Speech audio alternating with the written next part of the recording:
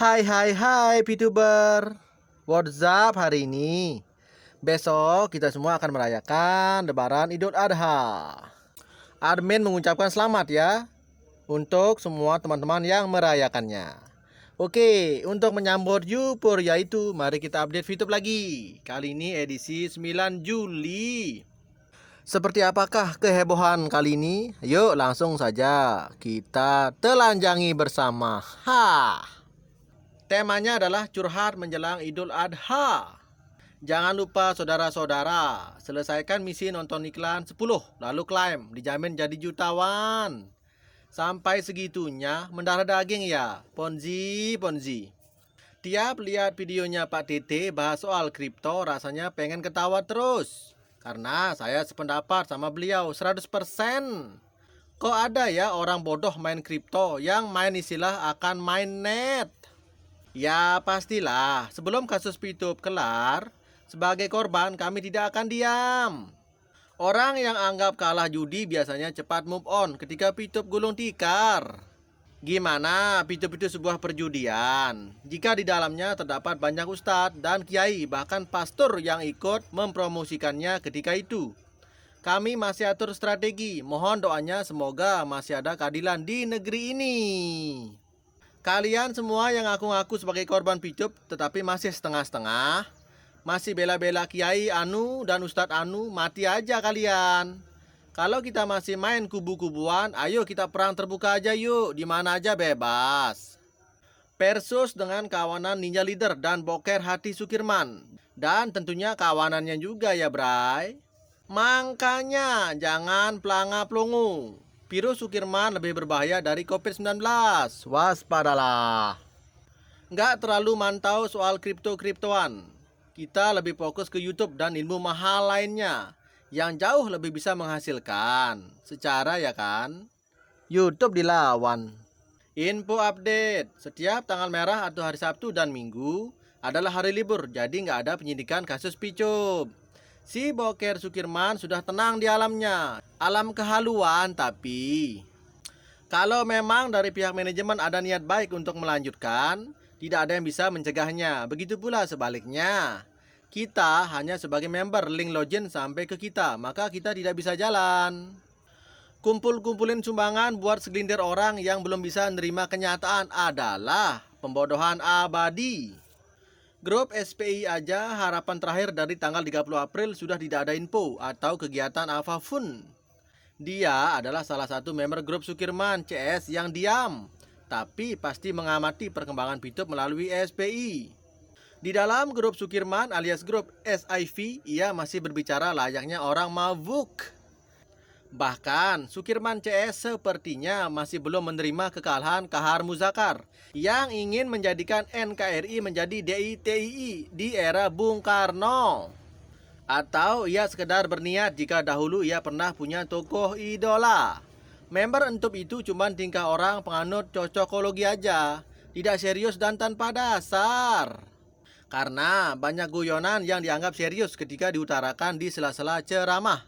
Seperti halnya Superman itu berasal dari Jawa, yaitu Suparman.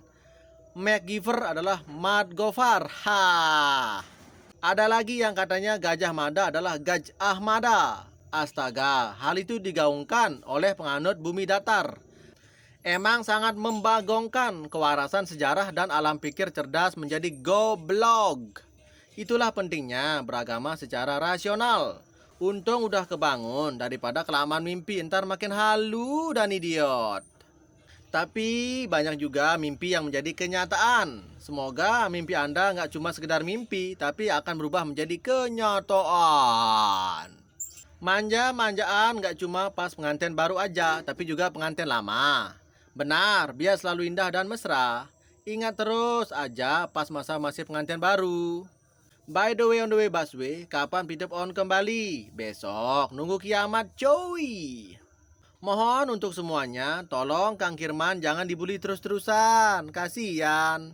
Tapi kalau dia tetap mengigau atau ngelantur, sak karepe dewe langsung jewer dan ambil manfaatnya aja. Pitup kapan modar? Pitup kuat, aman, pertahanan ketat. Kita tunggu aja 3 bulan. Kalau Pitup masih aman-aman aja, berarti aplikasi itu bandel. Kakak. Alangkah baiknya jika buka obrolan seperti dulu, yang di situ ada orang-orang profesional di bidangnya masing-masing. Karena di antara kita sekarang ini masih banyak yang tidak tahu isi obrolan seperti dulu. Di sini yang punya bambu petuk, wah sepertinya udah balik modal tuh kalau dijual. Saya percaya pring petuk kalau asli bisa bawa rejeki. Caranya ya dijual. Maklum lah, kan orang tua jadi masih kental dengan kejawenannya. Kalau pemuda sekarang mah udah nggak percaya kayak gituan lagi. Sekarang itu pring petuk udah jadi souvenir. Pring petuk yang asli saja susah dikonfirmasi. Apakah memang ada atau enggak? Ada atau cuman perbandingannya 1:1 juta. Kalau tujuannya cuma buat main sulap atau entertain sih nggak masalah benda-benda seperti itu. Tapi kalau sudah dimonetisasi dalam bentuk paranormal, itu sudah penipuan sih. Dalihnya soal percaya atau tidak. Kami semua masih setia menantikan episode terakhir dari Picup. Episode ditangkapnya para leader dan pendiri Picup, semuanya tanpa terkecuali. Terkadang nih ya, kebudayaan turun-temurun bisa jadi penghambat pola pikir masyarakat buat maju. Bener juga sih. Manusia cerdas adalah yang siap bersaing global tanpa meninggalkan akar budaya lokal. Itulah kenapa pada hari tertentu seluruh warga kota Bandung diarahkan memakai ikat kepala khas Bandung oleh gubernur yang sekarang.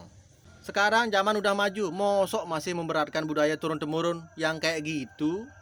Kalau turun-temurunnya sawah, rumah, sapi, kerbau, mah oke. Boleh juga untuk diterima. Hah. Sekiranya budaya lokal diberangus, maka hari ini kita tidak mengenal apa itu kain batik, ya toh? Yah, kan beda lagi dengan yang kita bahas tadi, itu kan tradisi coy. Benar, tradisi, tapi lain pembahasan. Tradisi turun-temurun yang tadi itu loh maksudnya. Tak kasih contoh real, kombinasi budaya plus kemajuan teknologi bisa meningkatkan taraf hidup. Contohnya yaitu jualan batik di eBay. Sederhananya sih, jualan batik ke luar negeri menurut saya jauh lebih menjanjikan. Karena dalam negeri itu meskipun banyak produk lokal dan kerajinan, masyarakat kurang bisa mengapresiasi. Hanya ketika tetangga mulai mengklaimnya baru kita ribut sendiri. Di Indonesia sendiri gudangnya kerajinan tangan bernilai tinggi hasil kebudayaan bangsa, tapi kurang begitu booming di sini. Seperti Pulau Natuna, kabarnya diklaim punya tetangga sebelah. Buktinya, tidak ada marketplace Indonesia yang mengedepankan produk lokal. Yang ada malahan marketplace yang jualin barang-barang negara tetangga. Di luar negeri banyak juga memang yang jualan batik dari Indonesia. Malah yang jual mayoritas orang Jawa. Kerajinan tangan di sini kebanyakan dijiplak lalu dibuatkan mesinnya. Sehingga dalam satu hari kita cuma bisa menghasilkan 1 lusin. Tetapi mereka bisa mencapai ratusan lusin dalam waktu kerja yang sama. Semua harus berpasangan, seperti contoh member Picup juga, pro dan kontrak. Sayangnya nih ya, soal jasa pengiriman seperti pos yang kurang bersahabat karena tarif mahal. Sehingga kesempatan yang bisa jualan keluar cuma industri besar. Dan UMKM kurang begitu bisa karena kepentok ongkir yang gila mahalnya. Soalnya mereka punya modal biaya buat membeli mesinnya. Kalau boleh berasumsi, seperti itulah bagian politik mereka. Sehingga jika suatu saat ada yang lebih ngotot main klaim dari luar, maka mereka siap pasang badan. Kerajinan tangan, buatan tangan jauh lebih tinggi nilainya daripada buatan mesin atau mass production. Itulah kenapa kerajinan tangan di Indonesia cocoknya dijual ke luar negeri. Karena mereka bisa mengapresiasi seni dan nilai kebudayaan daripada di sini. Ya, nyimak. Di sini orang cari barang murah, di sana orang cari barang bernilai. Wajarlah, benua Atlantis gitu loh. Saya kurang paham soal itu, tapi yang jelas penjual luar negeri itu mematikan harga 2 kali lipat dari harga di Indonesia.